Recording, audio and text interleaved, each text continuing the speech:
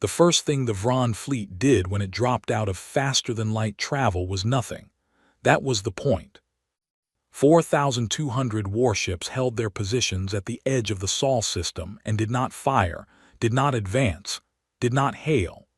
They simply existed in the dark between stars, and their existence alone was the message.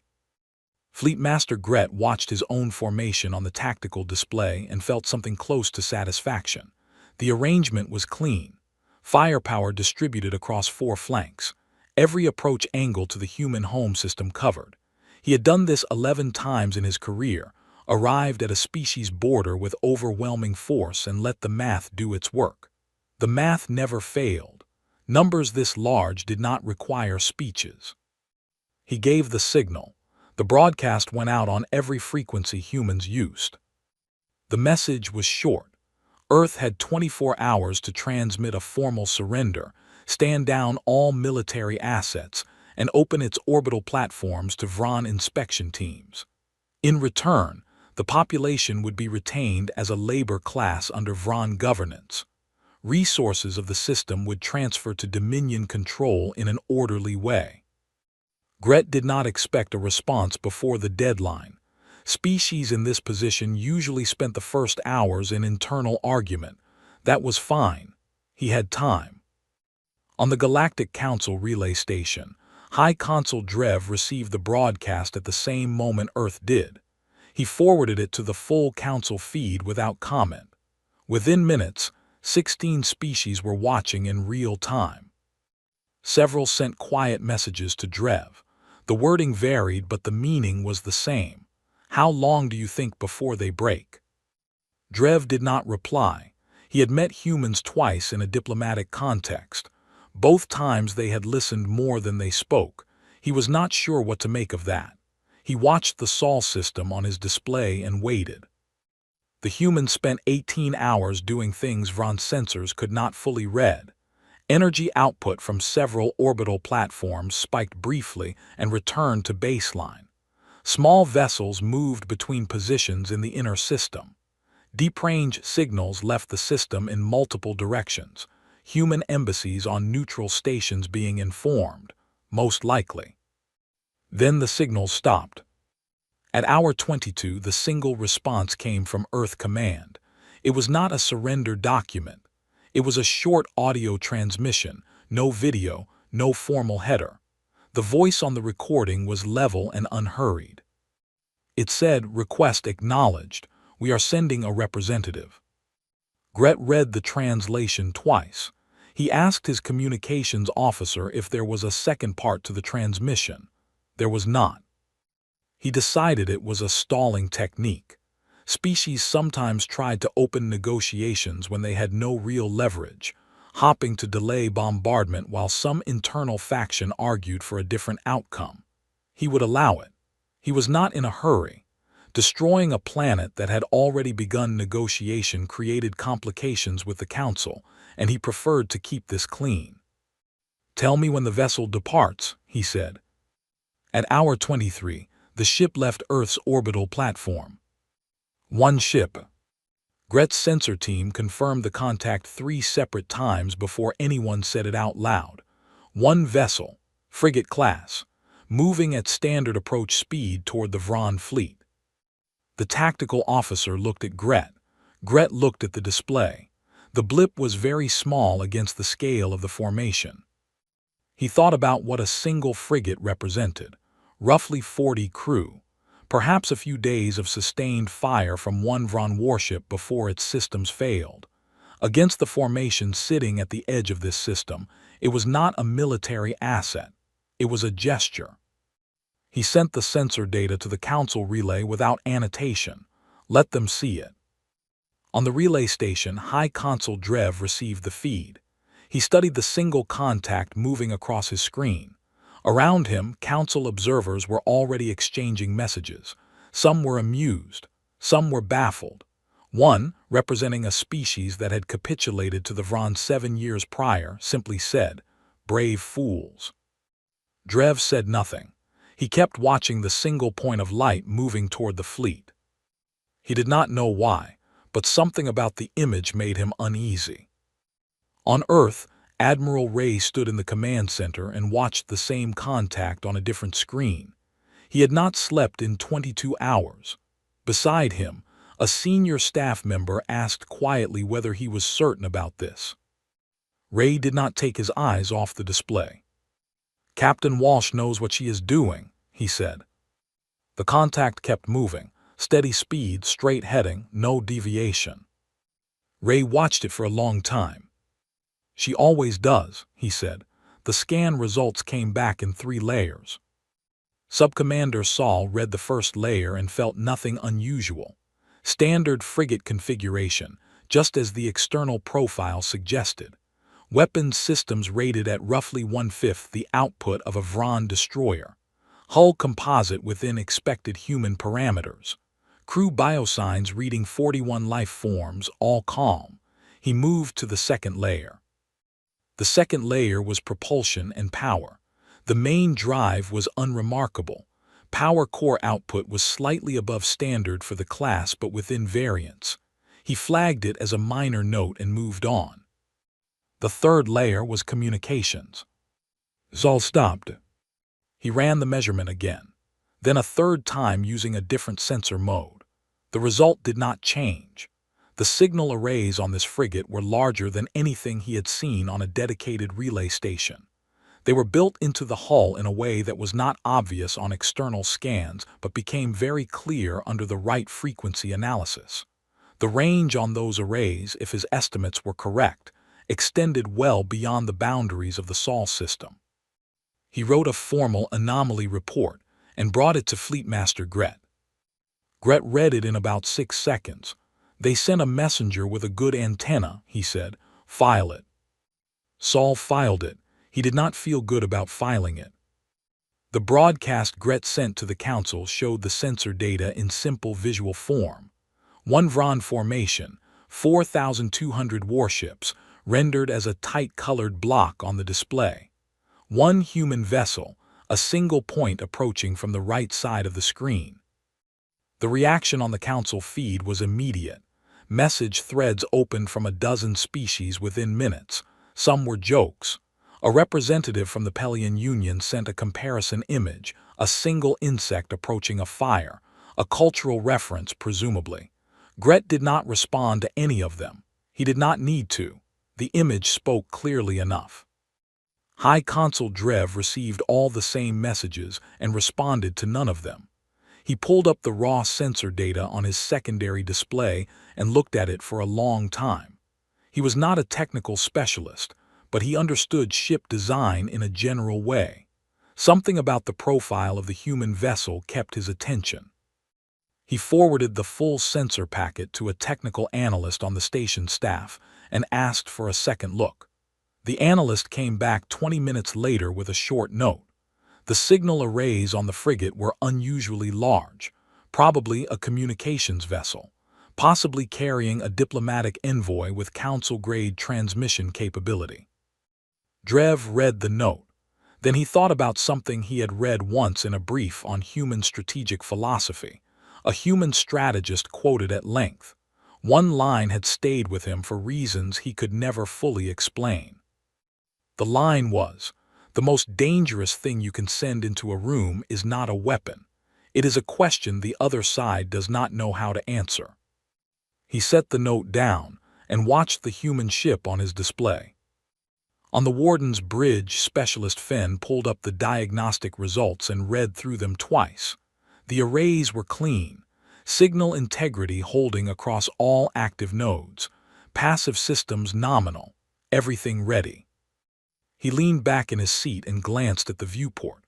The Vron fleet was visible now without magnification, a dark mass of shapes arranged in a pattern designed to feel like a wall. It did feel like a wall. Fenn acknowledged that quietly and then went back to his work. Lieutenant Das ran a minor course correction, trimming their approach angle by 2 degrees to thread a cleaner path between 2 of the outer formation clusters.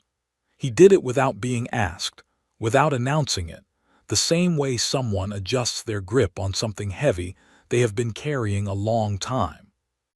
Captain Adira Walsh had not moved from the forward viewport in 40 minutes. She was not watching any screen. She was watching the fleet directly. A crew member named Wheeze, running secondary systems from a rear console, made a quiet comment about the sheer size of the formation. He was not scared. His tone was the tone of someone simply acknowledging a large amount of work. A few crew members chuckled softly. Walsh did not turn around, but the corner of her mouth moved. She had seen the formation on sensor displays dozens of times during the planning phase. She knew the numbers by heart. She had run simulations against that exact configuration for years. Looking at it now with her own eyes, across real space, she felt the same thing she always felt when a very long plan finally arrived at its moment. Ready. Gret received confirmation that the warden had entered outer communication range. "Prepare to receive their transmission," he said, settling back into his command chair. He was expecting a request for extended negotiation time. He was prepared to grant 48 hours. He could afford to be generous. The outcome was not going to change. He arranged a calm expression and waited. The human ship hailed first. Gret had expected to be the one initiating contact. He had a prepared statement. He had the correct tone arranged in his mind, firm, efficient, leaving no space for misinterpretation. He had done this before and he understood the architecture of it. Instead, the incoming signal light activated on its own, and his communications officer looked up and said, "They are calling us, sir." Gret paused for just a moment. Then he accepted the channel. The woman on the screen was in her late 40s by human appearance. Dark hair pulled back. No rank insignia visible in the current camera angle, though the bridge behind her was clearly a command deck. She was not reading from anything. Her hands were at her sides and she was looking directly into the screen. She was smiling.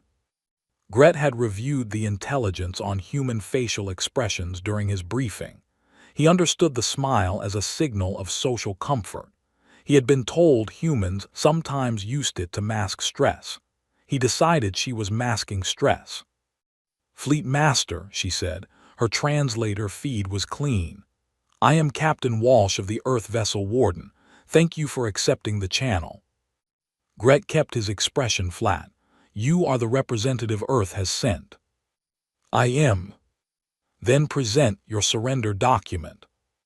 Walsh tilted her head slightly. "I don't have one." "Then what do you have?" "A message." Gret waited. "Deliver it," he said. Walsh said, "There is still time for you to leave." The bridge behind Gret went very quiet. Not because anyone was surprised by the boldness of it. They were all surprised, but because nobody was sure how to respond to something delivered that calmly. An insult given with heat was easy to answer. This was not heat. Gret leaned forward. "You are one ship." "Yes. I have 4,200. "I know. And your message to me is that I should leave." Walsh did not answer immediately. She seemed to genuinely be thinking about how to phrase the next thing she wanted to say. "It is not a threat," she said finally. "It is a real offer. You came here expecting a particular kind of situation. I am telling you that the situation is different from what you expect. You can leave now and we can talk about what comes next through proper channels, or we can continue this the other way." Gret studied her face. The translator was good, but he had learned over his career that faces carried things words did not. She was not performing confidence. She was not performing anything. She was simply present and she was waiting. He asked the question that had been sitting with him since the warden left Earth orbit. "Why are you smiling?" Walsh was quiet for a moment. She considered the question the way someone considers something they know the answer to but want to say correctly. "I was just thinking," she said, "about how quiet space is right before everything changes." Gret cut the channel. He sat with that for 3 seconds. Then he turned to his tactical officer. "Encirclement formation. Bring all outer wing units around their approach corridor. Do not fire. I want them contained while I authorize a demonstration strike on the outer moon." The order moved through the fleet in minutes. Hundreds of ships repositioned. From outside the formation, the movement looked like a fist closing. On the council relay, High Consul Drev watched the formation shift on his display. The technical analyst had come back to the observation deck and was standing quietly at the edge of the room. Drev did not look at him. "They are surrounding a single ship," a council delegate said. "Yes," Drev said. "With 4,000 warships." "Yes." The delegate had nothing to add to that. On the Warden, Das read the fleet's movement on sensors and reported the new positions without particular urgency. Walsh turned from the viewport and walked to the center of the bridge. She studied the tactical display for a moment. Fenn was already looking at her. "Not yet," she said. Fenn nodded. He returned to his station. His hands rested over his controls the way you rest your hands on something you will need at exactly the right moment and not before. Outside, the Vron fleet finished repositioning. The encirclement was complete. The sensor display showed the Warden as a single marker surrounded on every axis by something that made the original formation look like an opening offer. Weiss read the contact numbers out quietly at the rear console. He was not scared, but he was quiet. Walsh looked at the tactical display one last time. Then she looked at Fenn. "Mark their positions." Fenn did, carefully, the way you mark something you will need to find in the dark. The demonstration strike on the outer moon lasted 4 seconds. 4 Vron warships fired in sequence, a coordinated burst that hit the same surface point and drove a crater 40 kilometers wide into the lunar rock. The light from the impact reached the Warden's sensors at the same instant it reached Gret's viewport. He watched it without particular feeling. He had ordered this kind of strike before. It was a calibration tool. It showed what was coming if the wrong answer arrived. He hailed the Warden again. "That was Mercy," he said. "What is your answer?" Walsh looked at him across the channel. She did not look at the moon. She did not look at the sensor feed. She looked at him. "One moment," she said. She turned to her communications officer. "Send it," she said. Specialist Fenn, calm, hands already on the board, pressed a single control. Gret watched him do it. He waited for something to happen on his end. A weapon activation, a shield pulse, some kind of tactical response that would at least make sense within the framework of what he understood. Nothing happened. For 6 seconds, nothing happened at all. Then every sensor on every Vron ship in the formation triggered at once. Subcommander Saul heard the alerts from 3 stations simultaneously. He moved to the primary sensor board and looked at the incoming feed and felt something go cold in his chest. The objects were not new. That was the thing that reached him first. They were not appearing from nowhere. They were simply becoming visible. Things that had been sitting in this system, cold and utterly undetectable, were powering on.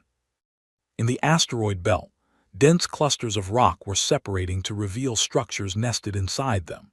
Near the outer planets, objects that had registered as old survey probes and decommissioned satellites were activating with energy signatures that matched nothing in his database. Along the debris rings of the giant planets, things that looked like industrial wreckage were extending components that had been folded flat against their hulls for what had to have been years, decades.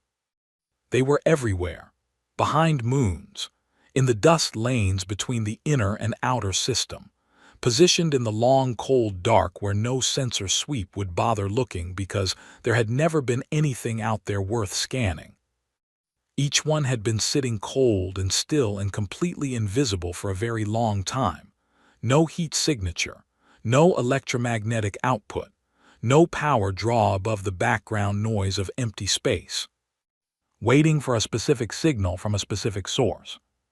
Saul started counting contacts. He had a habit of counting under pressure. The habit had always served him well because counting established a manageable scope. He stopped at 80,000.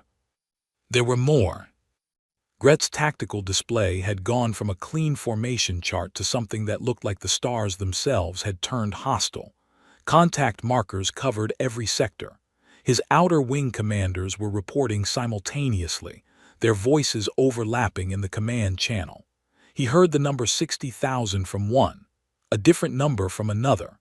The numbers kept changing as more platforms powered on. He thought about how his fleet had arrived and taken its positions. He thought about where those positions were. The formation was surrounded on every axis, not positioned outside the formation waiting to strike, nested inside it. These objects had been here when the Vron fleet arrived. They had been here, cold and invisible, while his ships arranged themselves around them.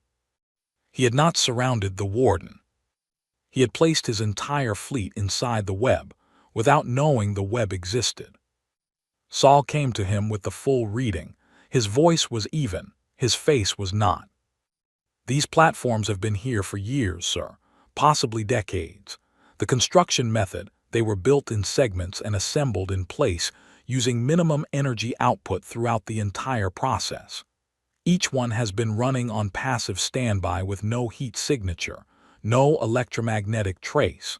They were designed to remain invisible until they received one specific signal from one specific source. Gret looked at the Warden on the central display. One small ship, clean profile, enormous signal arrays. Not a messenger with a good antenna. A key. He thought about the smile on Walsh's face when the channel first opened. He thought about what she had said. How quiet space is right before everything changes. 31 years.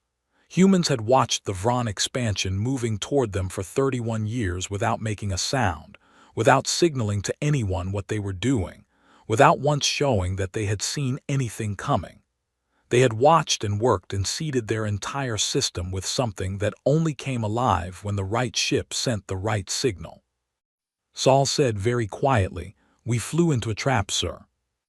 Gret did not answer. He was still looking at the Warden. On the relay station, High Consul Drev watched the contact map populate in real time. The technical analyst who had flagged the signal arrays an hour ago was standing beside him now, and neither of them was saying anything. The number on the display crossed 100,000. Drev sat down. He had told himself when the Warden first left Earth's orbit, "Brave fools." He did not think that anymore. The platforms moved before they fired. That detail was what made Fleet Master Gret understand fully, without any remaining space for doubt, that he was not dealing with a standard weapons deployment. A standard deployment fired immediately.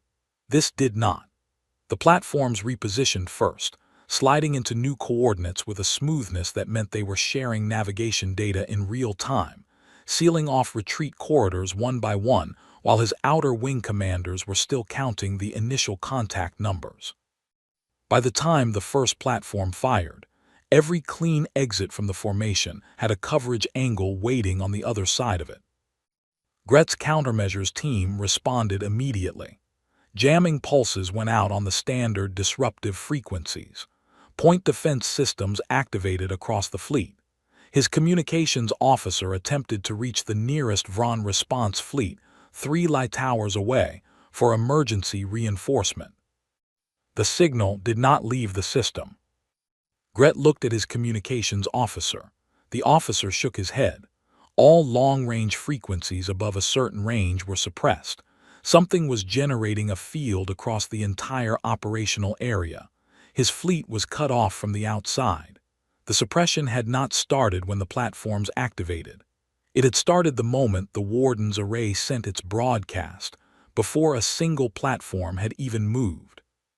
The Warden had isolated the fleet before the battle began. Saul watched combat data flow in from every engaged section and did something he had not done in his career. He stopped trying to find a counter. The platforms were networked in a way his analysis tools were not built to process. When a Vron ship deployed a jamming pulse that degraded an incoming targeting signal, every platform in range updated its approach within seconds, not just the platform being countered, but across the entire swarm simultaneously. There was no adaptation period. The system had been running simulations for years, fed by long-range observation data collected on Vron military engagements throughout the outer systems. It had already seen the Vron countermeasure playbook. It had been designed to answer each response before it was made. Every move the fleet made had already been anticipated. The Warden fired nothing. It sat at the center of the engagement zone and managed coordinates. It was not a warship. It was a spider at the center of the web, and it did not need to move to control everything attached to it. Gret lost 200 ships in the first engagement wave. Disabled, not destroyed. The platforms had firing solutions that could have removed them from existence entirely. They did not use those solutions. They targeted hull systems, engines, weapon arrays. They chose incapacitation with precision that felt deliberate, almost careful. He ordered a full retreat on 4 flanks simultaneously, pushing through gaps in the encirclement at maximum speed. The platforms shifted ahead of the retreating ships. They did not pursue. They sealed the exit points before the retreating wings could reach them and directed them back toward the center of the formation, not with overwhelming fire, with coverage angles and blocked corridors, the way you redirect water by adjusting the shape of the container. Gret understood then. They were not trying to destroy his fleet. They were managing it, controlling the shape of the battle. He was inside a container, and the Warden was holding the walls. Saul found a direct channel to the Warden and opened it without clearing it through Gret. He asked the question that had been pressing against everything else since the sensors first lit up. "When did you build all of this?" Walsh answered without a pause. "The day your outer scouts crossed our detection threshold. We watched you for 31 years. We didn't build a fleet. We built a web, one that only activates when the right ship sends the right signal on the right key. No other source can generate it. No signal that is not ours. No shortcut." Saul looked at his data. 31 years of construction conducted in cold space and total silence. Not hidden behind military secrecy. Hidden in plain sight, in the gaps where nobody looked because nothing out there had ever looked alive. "How many of your people knew?" he asked. Walsh said, "Enough to build it, fewer than you would think."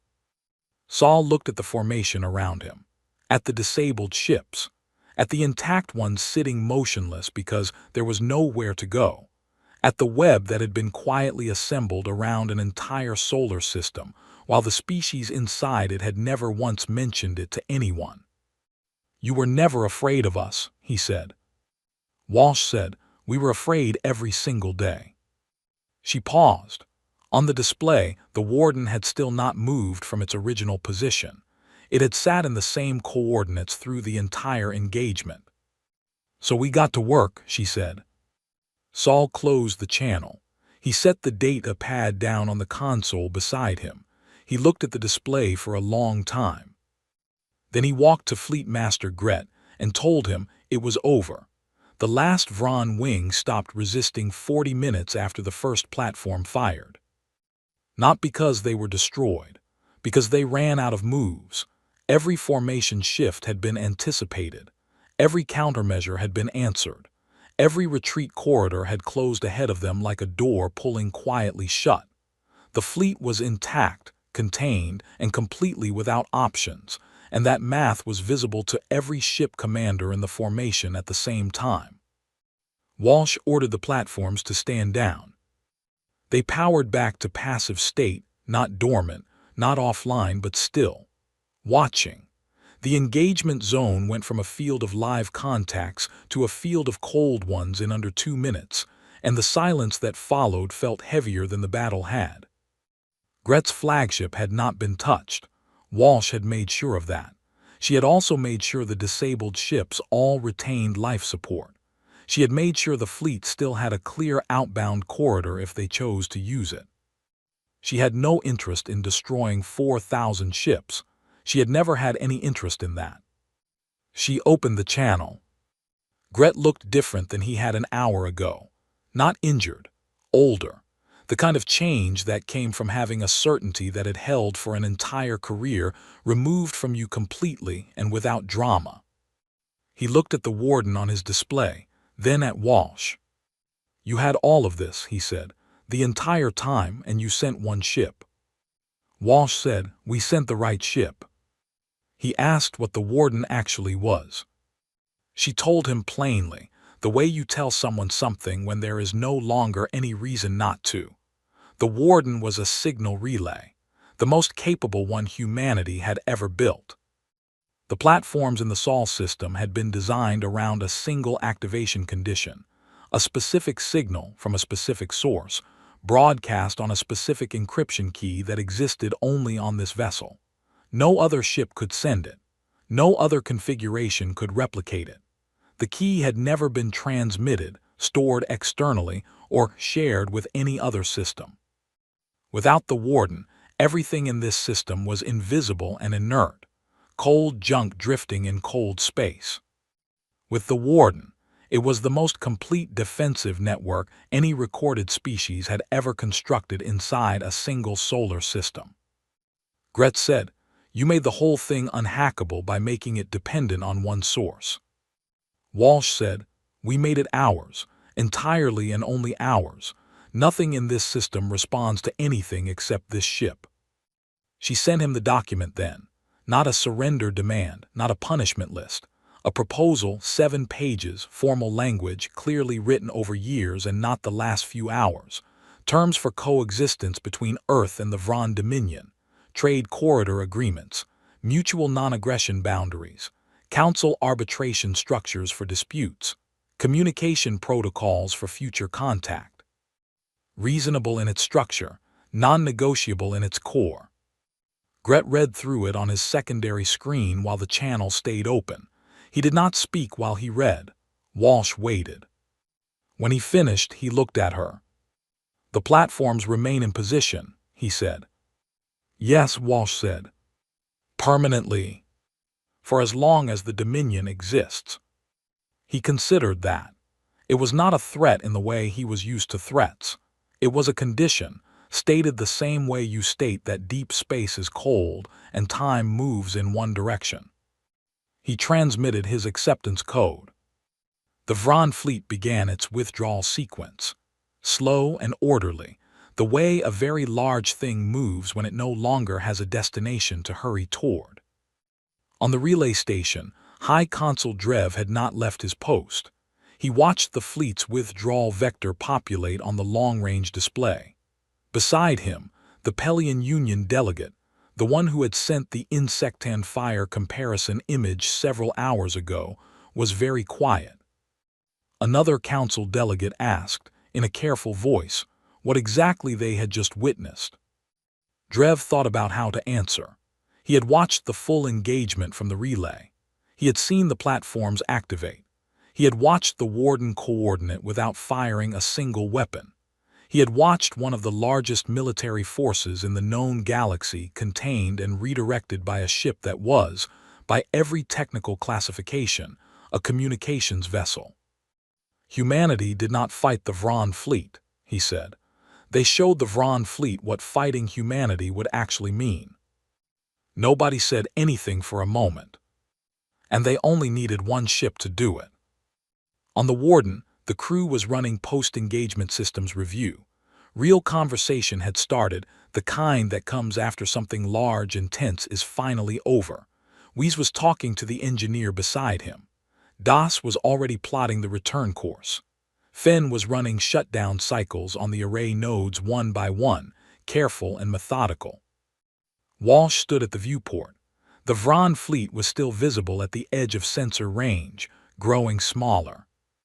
Weiss came up beside her and asked, in a quiet and genuine way, whether she had been worried at any point through any of it. She thought about the question honestly. 31 years of planning. 31 years of construction reports and power budgets and activation tests run only in simulation, because the real test could only happen once. 31 years of watching a threat grow larger and choosing every single day to keep working instead of saying anything. Every single day for 31 years, she said. She watched the empty space where the fleet had been. But not today.